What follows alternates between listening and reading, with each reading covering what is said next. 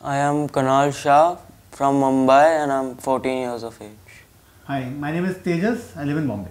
When you're at home, where do you use internet? Are you in the same room as other family members? Most often I am not in the same room as most of my family members, generally isolated in my own room.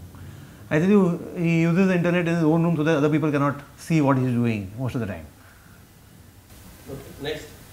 How do they feel about this? Are they like happy to see like you're spending your time with yourself, or they get annoyed with you? When I spend too much of time with myself, they probably get annoyed because I often delay the meals because I am too engrossed in the phone or the iPad or television. I think we have got that way checks and balances of controlling the internet at home. But sometimes it's typical, it gets a little irritating when you want something to be done, but internet or chatting takes precedence over that. But I think overall it's a give and take sort of relationship. Does internet use or any media use create any conflict in your family? In some other way, like just with your parents or your grandparents, like they were not having such kind of devices, they used to spend more time with themselves, but now like you are in a like advanced stage where you are having access to all these devices. So does this create any agitations with your family people? Actually, I believe my grandmother is quite keen on learning more about the internet, but there are often conflicts where they want me to do something and I'm obviously I'm unavailable. And my parents do use internet frequently themselves, so I don't think it's a big issue there. I think in terms of conflicts of various natures. I think some of them are time based, as we discussed. Some of them could be issue based. Sometimes he may be watching content that we may not like him to watch, or he may be using a device for something that is not the right way to use. I mean, let's assume he's playing a game which is violent. Now, his mother will not like him to play a violent game online, but he enjoys it.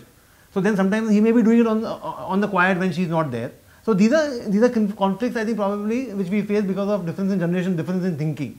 I mean, fortunately there are enough friends, so he ends up playing down. But probably sometimes it happens that he wants to go down, but his friends are not available because they are busy on the internet. So I think internet has this conflicts in terms of time management as well as content management. But I think probably you draw a line somewhere there. But Kunal, how do you resolve these conflicts? Like if such situation arises, then how do you resolve them? I generally just have to put everything aside because I don't have too great an authority, but generally I generally do whatever I feel like and enjoy. So do you ever use access to internet or media, including games, as a reward, or do you ever deny access as a punishment to your child? Yeah, I mean, using the internet as a reward, yeah, sometimes if you put it that sometimes we get online to hunt for a product which we both are interested in, or he's interested in, and we sit together and find, okay, yeah, this pair of shoes I want to buy, or this electronic gadget I want to buy. So that's the sort of reward we end up hunting online using the internet.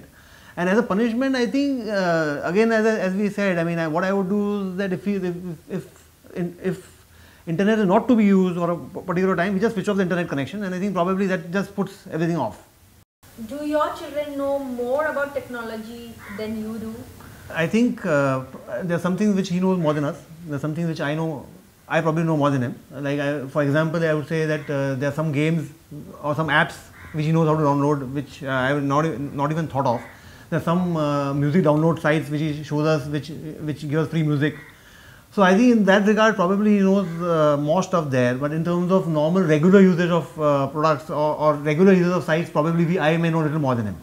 I think my father does know more than me, as his industry does involve a lot of gadgets, but I probably have a greater knowledge as compared to my grandparents or my mother maybe, because they often ask me for assistance in the use of such gadgets. Next. The appeal of original programming and the importance of great content, does that keep entertainment and media consumers with their service provider? What type of video content through TV, computer, phone or tablet do you like? Example, short video clips on YouTube, professional content on TV. If both, what would you watch more of? I generally prefer watching the television more often, as obviously it has a larger screen. If you go to watch clips on YouTube and stuff like that, you have to always watch it on the phone or laptop. Also, I feel that the television gives more professional, gives better quality, and it gives better content and more enjoyable things to watch. I think what they do is they land up watching TV shows and movies on television, and the content that is not to be watched anywhere else is seen on the mobile. Okay. What does high quality content mean to you? Quality is not most important, but I do prefer a general amount of clarity in the viewing. I don't mind SD, that is standard definition, but obviously if I get a chance I would watch it on HD or high definition. I think if you talk of quality, I think probably getting the best quality is sometimes a little difficult in India, because getting, let's assume I want to get a movie on the best quality, is very expensive. So sometimes we get pirated DVDs in India and Bombay, which are not the best quality, but they get you the content to your satisfaction. So sometimes we compromise going for low quality if the content is good. How important is it to you that the content you watch is high quality or original? I think content, I would give it a 60-40 weightage. In the sense, if I was given a fantastic content which is not very good quality, and fantastic quality with not good content, I will watch the fantastic content at not good quality. You can answer. Do you pay for the high quality or original content that you watch? Yeah, we'll end up paying. I mean, what we are doing is, we pay for some of the cricketing channels that are paid channels. We pay extra for the HD content on some of the movie channels that is there. We pay for the pay-per-view is something that we pay for sometimes. So we are getting in the habit of paying for content that we like to watch. Do you buy this high quality content online? I've never really bought anything, but always there is an urge to buy things, certain movies that don't release maybe in India, or certain movies that I've missed in the theatre. I often feel like buying them, but never landed up doing so. I think you want to buy often. It's just that we don't want to spend on purchasing so far, so that's why we probably not bought. But I think it's a matter of time when we get in the habit of purchasing content online. Like often we get the urge to see a movie at home, or my wife actually buys apps online which are medical. She's a doctor. So those apps are really useful to us. So it's a small amount to pay for getting fantastic quality, fantastic content. Has the way you watch your favorite TV shows changed? They haven't exactly changed, but I do indulge in binge viewing generally on weekends, where I see marathons of episodes, generally when I have nothing else to do. But I still watch them, or watch my favorite shows enthusiastically and enjoy them. I tell you what, I think binge viewing happens on weekends, binge viewing happens on weekdays. Sometimes on weekends it's 15 or 20 episodes, and weekdays is 3 or 4 episodes. Isn't it? No. On weekdays it's generally snack viewing or no viewing at all, because there's not that much time, and my father believes that even a couple of episodes is binge viewing, so there is a difference in thought about them. So what about the short video contents? I don't often watch short videos, only the occasional comical ones which they send on groups they pass around by WhatsApp or Facebook, which can be enjoyable at times. I think they do watch, I think, because I think they get those links in the virals which come, and content that is not to be seen if anybody else is seen on the mobile, which is short content, isn't it? No, I don't believe so, but my personal, I'm not a big, I do watch, actually. I watch when I get a viral from on a YouTube, on a Facebook, or a WhatsApp. I probably watch a few of them, but often it's my wife who will show me that she downloaded some great content, and she will then tell me, why don't you watch this, and I see it on her mobile than mine. So I do enjoy short content, but I don't download. The resilience and effectiveness of traditional media, especially outdoor advertising, billboards, radio, especially in the car, and to some extent magazines and newspapers. Have you seen any outdoor advertisements like billboards which has impressed you? Yeah, there was this one billboard that I saw where there was a boy with his finger up and like that, and there was a basketball spinning around it. It was advertising the admission of a school, so obviously I didn't go and apply for the school because I believed I was happy, but it fascinated me and caught my attention. I mean, what thought came to you? Like, what made you go for it?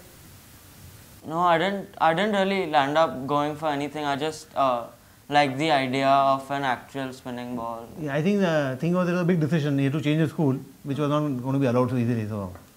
Do you listen to radio? I don't intentionally listen to radio, but generally, if it's just playing in the car, I'll end up lending a ear to it. And yeah.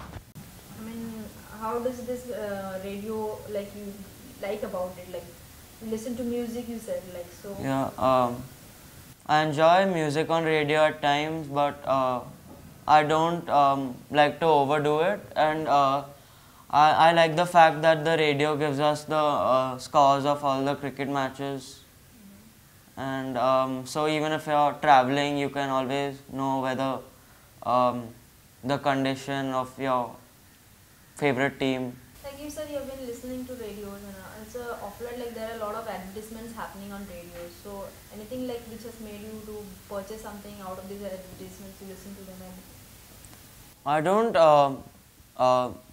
try to hear the advertisements, they just happen to play, but they've never excited me enough to go and buy their products. I think what we'll end up doing often now, when an ad comes, we switch the channel. So since we got 4 or 5 channels, often we just switch the channel to the next station which plays music. do you read newspapers? Yes, I read newspapers almost every day. I think that's quite an issue in the morning, because he's getting late to go to school, but he wants to finish reading the sports column before he leaves the house. So that's print No, format but you read. yeah, It's not digital. no, I generally just read the print format. So what is so Our- exciting? I mean, what do you look out for in your this print magazines or newspapers? I generally look out for the sports columns and the way that they've described the techniques with which the footballers and cricketers play. Then you look for the points table during the World Cups and the leagues in football. Appetite for mobile games is very high. New models where the individual can play for free in return for engaging in an activity such as viewing and advertisement. Reward for engagement are also very appealing, especially to young people. Do you play video games on a mobile device, example your phone or tablet? What do you play? Yes, I play games on both the tablet and my phone. The phone is generally a pastime, but the tablet I play seriously. I've liked this game called Quiz Up, which allows you to play quizzes against on a topic of your choice against anyone around the world. You can also play against your friends. Then on the phone, I just end up playing the game that had gone viral, that was Flappy Bird, and a soccer game called Flick Shoot and Doodle Jump. Do you pay for these games? Okay, just for a matter of comment, I think probably he spends too much time gaming.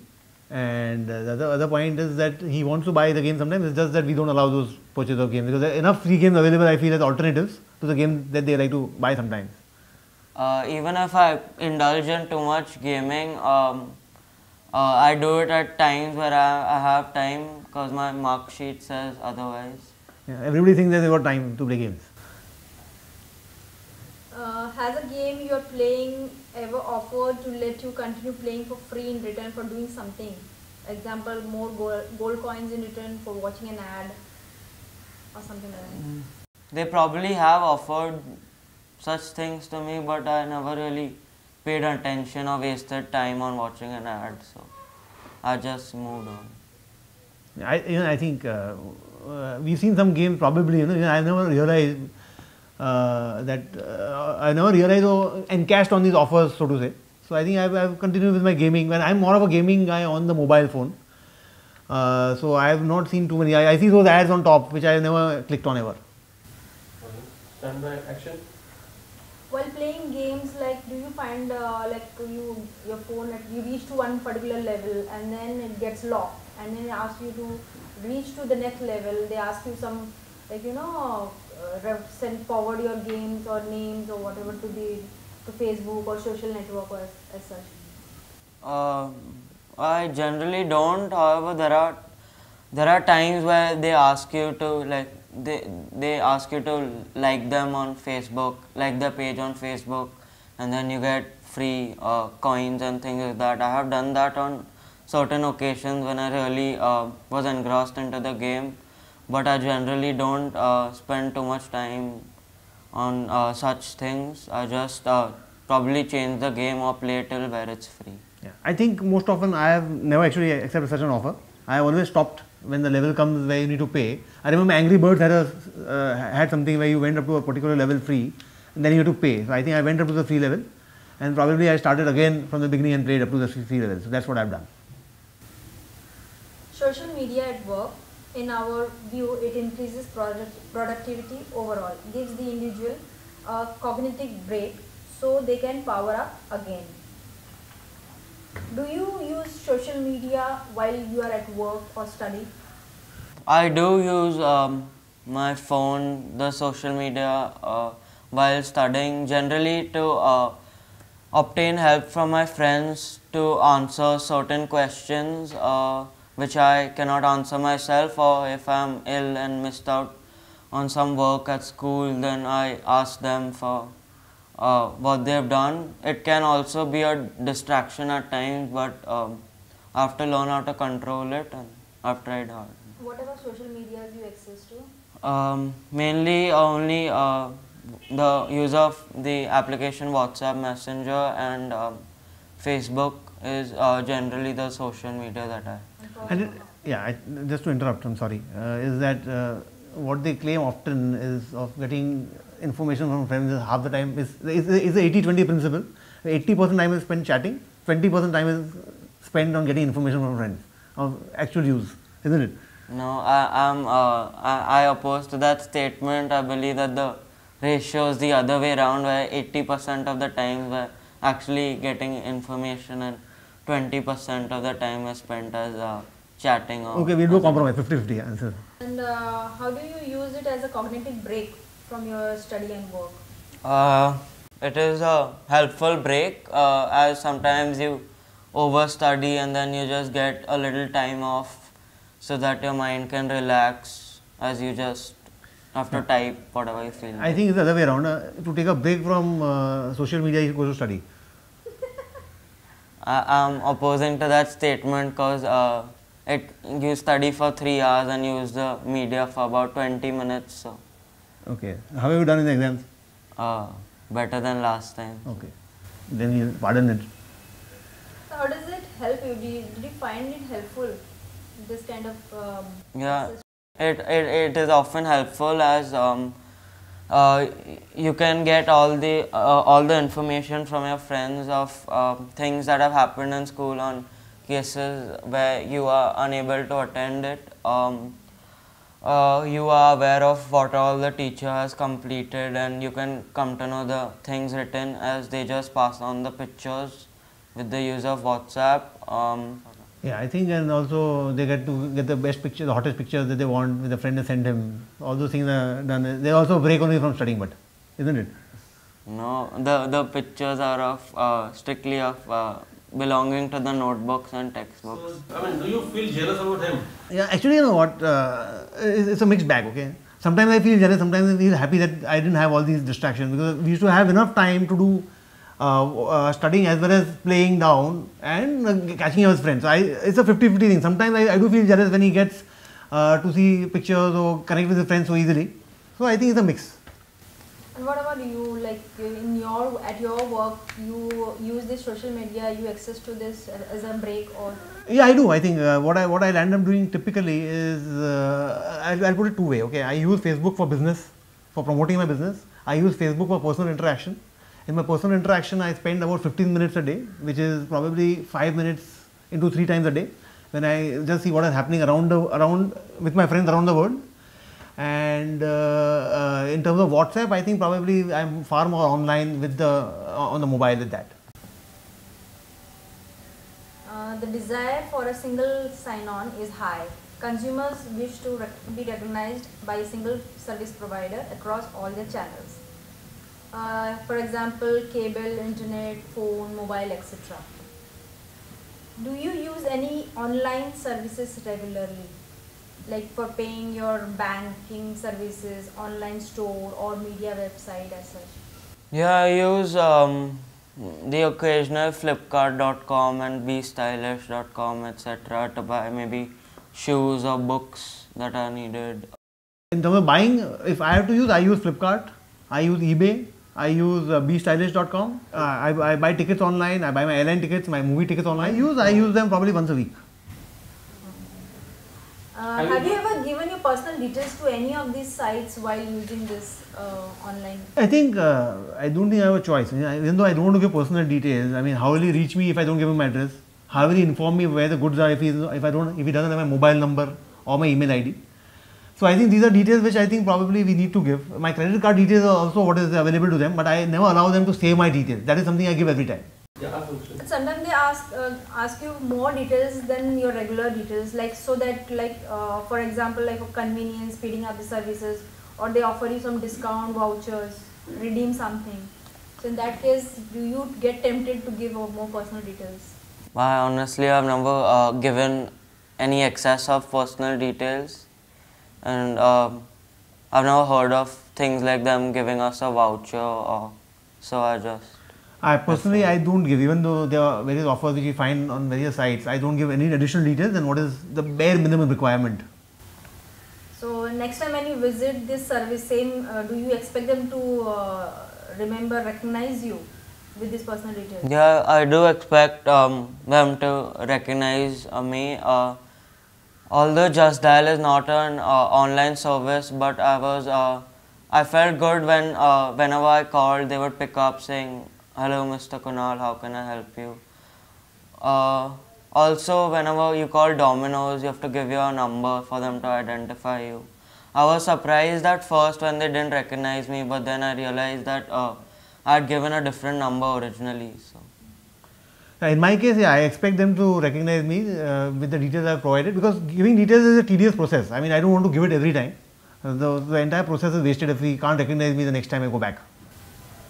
So any such situation where like you have given particular service, your details, and like you have to again give this same details and they have not recognized you, such situation has arisen? In my case, yeah, I have encountered it.